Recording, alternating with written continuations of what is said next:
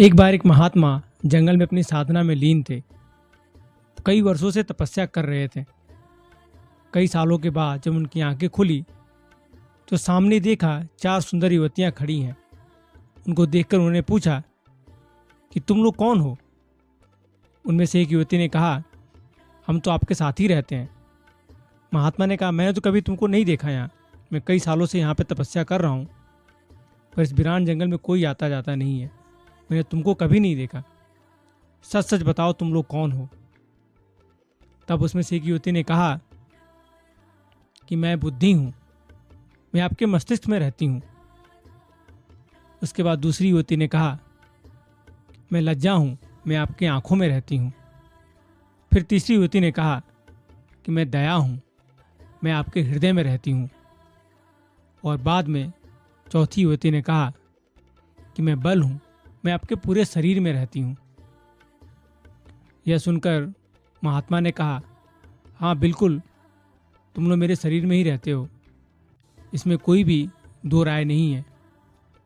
पर मुझे माफ़ करना, ये शरीर मेरा नहीं है, मैं ये शरीर नहीं हूँ, मैं शरीर से परे हूँ। और यह कहकर उन्होंने फिर से अपनी आंखें मूंद ली और तपस्या में लीन हो गए। फिर से वो कई सालों तक तपस्या करते रहे। फिर कई वर्षों के बाद जब उनकी आंखें खुली तो इस बार देखा 4 नौ युवक सामने खड़े हैं। उनको देखकर महात्मा ने कहा, तुम लोग कौन हो, पहले तो कभी नहीं देखा तुम्हें। फिर उन युवकों ने कहा कि हम आपके साथ ही रहते हैं, हम यहीं पे रहते हैं। उन्होंने कहा, कैसे, यहाँ तो कोई दिखता नहीं है, मैंने तो कभी नहीं देखा किसी को भी। तब उसमें से एक युवक ने कहा कि मैं क्रोध हूँ, मैं आपके मस्तिष्क में रहता हूँ। इस पर महात्मा ने कहा कि तुम मस्तिष्क में कैसे रह सकते हो, मस्तिष्क में तो बुद्धि रहती है, उसमें कहाँ जगह है तुम्हारे रहने के लिए। तब उस युवक ने कहा कि जब मैं मस्तिष्क में आता हूँ तो बुद्धि वहाँ से हट जाती है, बुद्धि का विनाश हो जाता है। फिर दूसरे युवक ने कहा कि मैं काम हूँ, मैं आँखों में निवास करता हूँ, मैं आपके नयन में निवास करता हूँ। सब महात्मा ने कहा, पर आँखों में तो लज्जा निवास करती है, तुम्हारे लिए जगह कहाँ है वहाँ। इस पर उस युवक ने कहा कि जब मैं आता हूँ तो लज्जा मर जाता है, तब इंसान बहन, बीबी, माँ किसी को भी नहीं जानता, वो बिल्कुल अधर्मी हो जाता है। तब फिर तीसरे युवक की बारी थी। उसने कहा कि मैं लोभ हूँ, मैं हृदय में रहता हूँ। फिर महात्मा ने कहा, हृदय में तो दया रहता है, लोभ का जगह कहाँ है वहाँ, तुम कैसे वहाँ निवास कर सकते हो। तब उस युवक ने कहा कि जब मैं आता हूँ तो फिर हृदय में दया का कोई स्थान नहीं रहता, दया वहाँ से लोप हो जाता है। चौथे युवक की बारी थी। फिर उसने कहा कि मैं मोह हूँ, मैं पूरे शरीर में निवास करता हूँ। तब महात्मा ने कहा कि तुम पूरे शरीर में कैसे निवास कर सकते हो, पूरे शरीर में तो बल निवास करती है।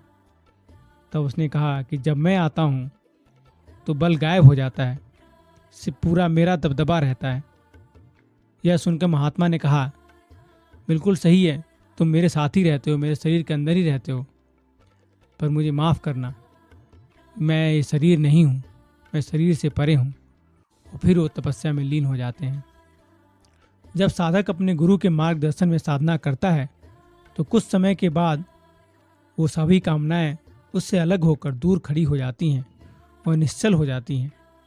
उसे ज्ञान प्राप्त हो जाता है कि वह उस प्रभु की एक बूंद का अंत है और बाकी सब जड़ वस्तु है, वह शाश्वत है। उसके आँख कान खुल जाते हैं और अंदर में अपने गुरु और उस प्रभु का दर्शन करता है। तभी तो कहा जाता है, गुरु गोविंद दोऊ खड़े, काको लागे पाए, बलिहारी गुरु आपकी, गोविंद दियो बताए। दोस्तों, इस तरह जब आप गुरु की मार्गदर्शन में भगवत भजन करते रहते हैं तो आपका रास्ता भगवान तक लेकर जाते हैं, भगवान को मिलाते हैं। आशा करता हूँ कहानी आपको पसंद आई होगी, आपने कुछ सीखा होगा। और कहानी के लिए चैनल को सब्सक्राइब कीजिएगा, उस वीडियो को लाइक कीजिएगा। मिलता हूँ फिर अगली वीडियो में, तब तक के लिए राधे राधे।